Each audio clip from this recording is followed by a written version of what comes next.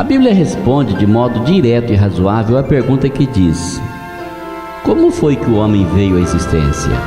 Ela nos expõe as evidências da origem, do propósito e do destino do homem. Ela nos revela que ele é uma criação especial de Deus. O homem é um ser sem igual. As Escrituras declaram que ele resultou de um ato divino especial.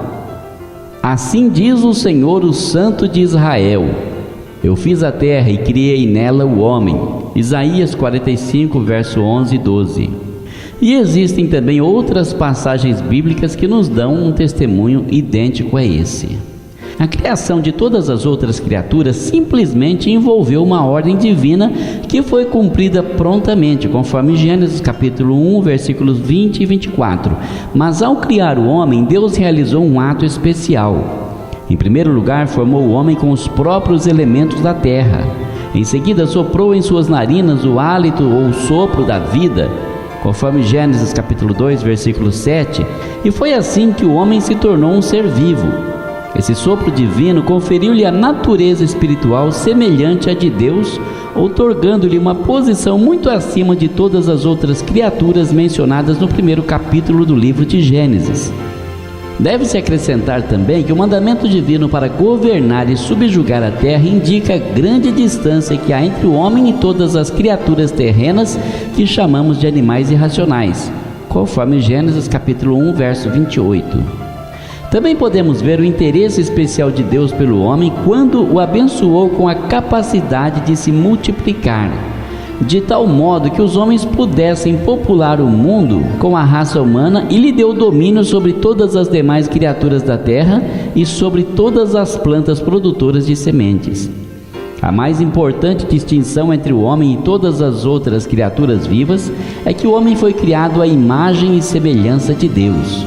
Nenhuma outra criatura foi feita à imagem ou semelhança de Deus. Somente o homem recebeu a imagem do Criador.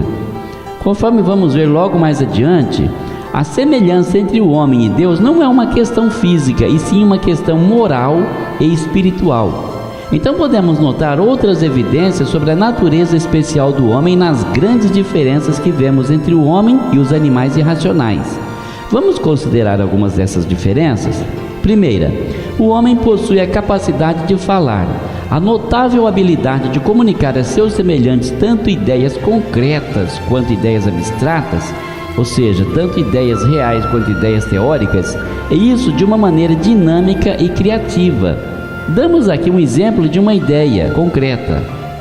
Moro em uma casa branca com 5 aposentos. E também um exemplo de uma ideia abstrata.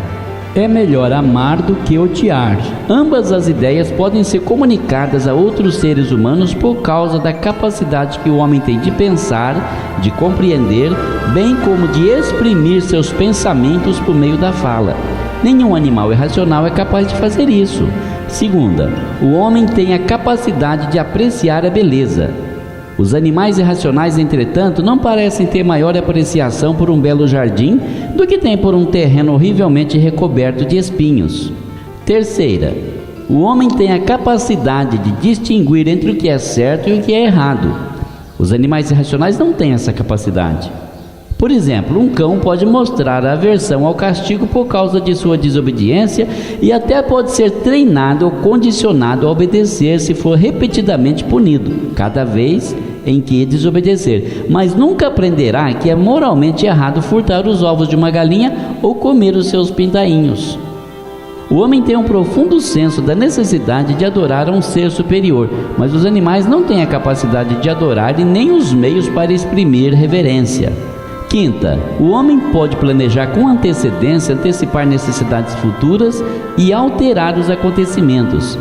Ele se deleita em criar novos estilos de residência e novas formas de arte.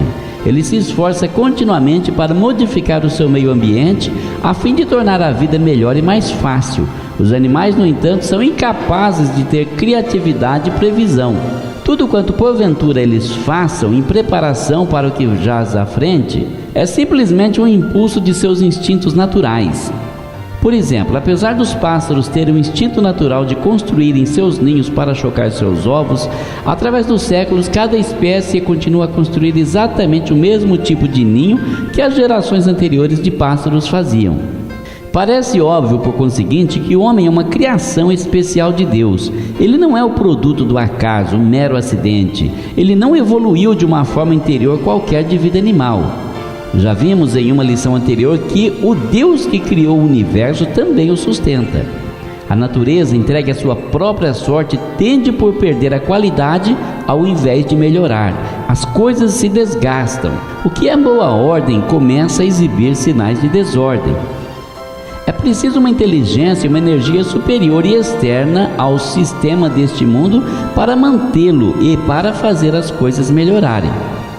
Foi mediante um ato especial de um Deus soberano que essa maravilhosíssima criatura, o homem, foi criado, conforme Colossenses capítulo 1, versículos 16 e 17.